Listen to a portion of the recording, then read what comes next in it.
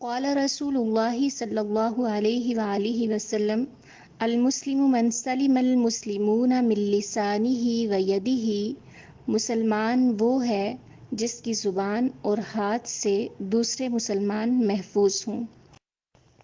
اس حدیث میں دو اہم باتیں بتائی گئی ہیں۔ ایک تو یہ کہ ہمارے ہاتھوں سے دوسرے مسلمانوں کو محفوظ رہنا چاہیے اور ہماری زبان سے بھی۔